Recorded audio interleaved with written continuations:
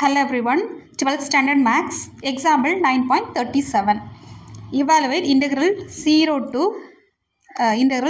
to pi x square cos nx into dx where n is a positive integer.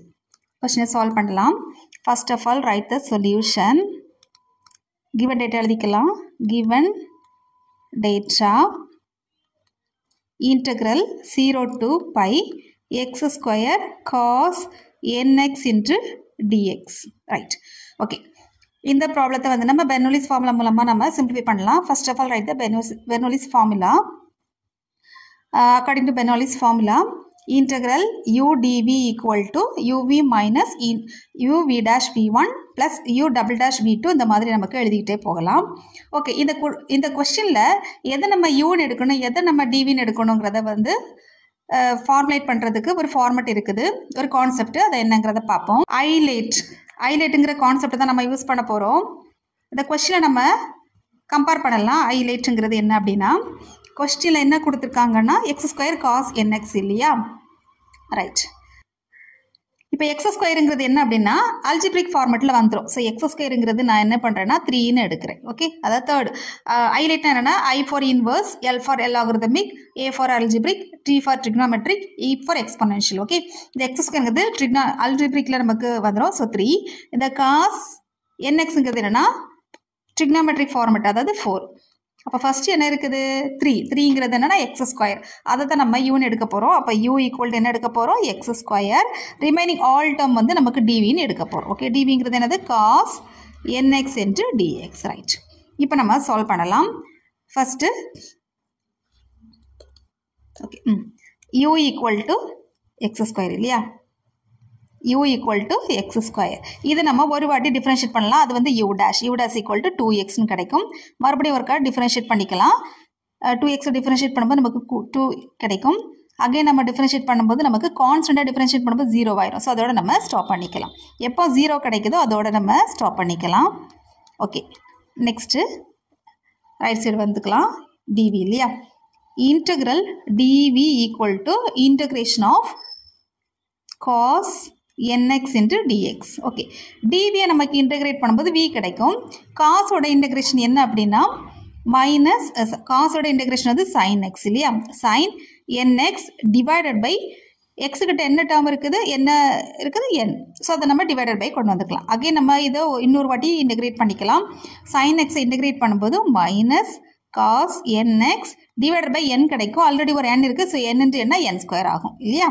அடுத்து v2 minus அப்படி இருக்கட்டு. காசோட integration வந்து sine இல்லையா? Sine nx divided by already ஒரு n square இருக்குது. Again நம்ம என்ன சப்ஸ்டிட் பண்ணும்போது n கியூப் ஆகும் இல்லையா? இதோட நம்ம ஸ்டாப் பண்ணிக்கலாம். பிகாஸ் லாஸ்ட் டைம் வந்து யூ ட்ரிபிள் டஸ் 0 எனிதிங் 0, அதோட நம்ம ஸ்டாப் பண்ணிக்கலாம். Okay, right. இப்போ நம்ம ஃபார்முலாவில் சப்ஸ்டிட் பண்ணிக்கலாம். Integral 0 to pi x square cos nx into dx equal to, இப்போ நம்ம uv1 இல்லையா? சாரி, ஃபர்ஸ்ட் வந்து uங்கிறது எக்ஸ் ஸ்கொயர், விங்கிறது வந்து sin nx divided by n. இது வந்து நமக்கு uv. அடுத்து மைனஸ் எழுதிக்கலாம். யூங்கிறது நமக்கு 2x. v1ங்கிறது என்ன கிடைச்சிருக்கு, minus cos nx divided by n இல்லையா? n. ரைட். அடுத்து v டபுள் டேஷ் ப்ளஸ் போட்டுக்கலாம். v டபுள் டேஷ்ங்கிறது 2 இன்ட்டு v2 இல்லையா? v2ங்கிறது நமக்கு என்ன கிடைச்சிருக்கு, minus sine nx divided by n cube. Okay, இப்போ நம்ம லிமிட் அப்ளை பண்ணிக்கலாம். 0 to pi. இப்போ நம்ம upper limit and lower limit substitute பண்ணிக்கலாம். அப்பர் லிமிட் வந்து நமக்கு பை இல்லையா? அதுக்கு முன்னாடியே நமக்கு தெரிஞ்சிருக்கணும். எழுதிக்கலாம். sin n pi equal to 0. Okay, அதே மாதிரி cos n pi equal to -1 the whole power n. இதை ஞாபகம் வச்சுக்கோங்க, நமக்கு இது சப்ஸ்டிட் பண்ணுறதுக்கு யூஸ் ஆகும். ஓகே, இப்போ நம்ம எழுதிக்கலாம்.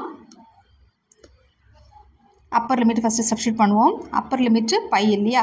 பை சப்ஸ்டிட் பண்ணும்போது இந்த இடத்துல நமக்கு என்ன கிடைக்கும், சைன் பை நமக்கு 0ன்னு நம்ம கிடச்சிருக்கு இல்லையா? அப்போ இந்த டேர்ம் ஃபுல்லாக நமக்கு அப்பர் லிமிட் சப்ஸ்டிட் பண்ணும்போது 0 ஆயிரும். 0.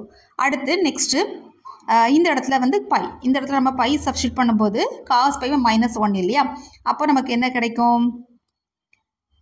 இது ஃபர்ஸ்ட் டைம் 0 அப்படி விட்டுக்கலாம். 0 ப்ளஸ் 2 பை, ஏன்னா இந்த இடத்துல நம்ம பை சப்ஸ்டியூட் பண்ணுவோம். 2 பை டிவைடட் பை இதில் ஒரு n ஸ்கொயர் இல்லையா? இடத்துல n ஸ்கொயர் வரும். அப்போ 2 pi by n square into -1 the whole power n. Okay, next third வந்து அதே மாதிரி நம்ம இந்த இடத்துல சைன் டேர்ம் இல்லையா? இந்த இடத்துல நம்ம 0 சப்ஸ்டியூட் பண்ணும்போது சைன் பை என்னது 0, அதாவது பை சப்ஸ்டியூட் பண்ணும்போது 0 ஆயிரும். அப்போ இந்த இடத்துல நமக்கு 0 கிடைக்கும். இந்த மைனஸ் ஆஃப் மைனஸ் வந்து ப்ளஸ், மைனஸ் இன்ட்டு ப்ளஸ்னா மைனஸ் இல்லையா? 0 அப்படி விடலாம். இது வந்து அப்பர் லிமிட். அடுத்து மைனஸ் எழுதிக்கலாம். Minus lower limit. Lower limit வந்து 0 இல்லையா? சைனுக்கு 0 டிகிரி என்னது 0. அப்போ இந்த டேர்ம் ஃபுல்லாக 0 ஆயிரும். அடுத்து எக்ஸுக்கு நம்ம 0 சப்ஸ்டியூட் பண்ணும்போது இந்த ஹோல் டேர்ம் 0 ஆயிரும். அதே மாதிரி சைனுக்கு இந்த இடத்துல 0 சப்ஸ்டியூட் பண்ணும்போது இந்த ஹோல் டேர்ம் 0 ஆயிரும். அப்போ இந்த ஹோல் டேர்ம் டு பி 0. அப்போ அப்படி விட்டுக்கலாம். ஸோ நமக்கு கிடைச்சிருக்கக்கூடிய ஆன்சர் என்னது? லெஃப்ட் சைடு வந்து அப்படி எழுதிக்கலாம். லெஃப்ட் சைடு எழுதிட்டு நமக்கு கிடைச்சிருக்கக்கூடிய ஆன்சரை நம்ம ஈக்குவல் டு போட்டு எழுதிக்கலாம். ஈக்குவல் டு என்ன கிடைச்சிருக்கு? 2 pi by n square of -1 the whole power n. So இதான் நமக்கு தேவையான ஆன்சர். அப்படி எழுதி நம்ம முடிச்சுக்கலாம். ஓகே, இதான் நமக்கு தேவையான ஆன்சர்.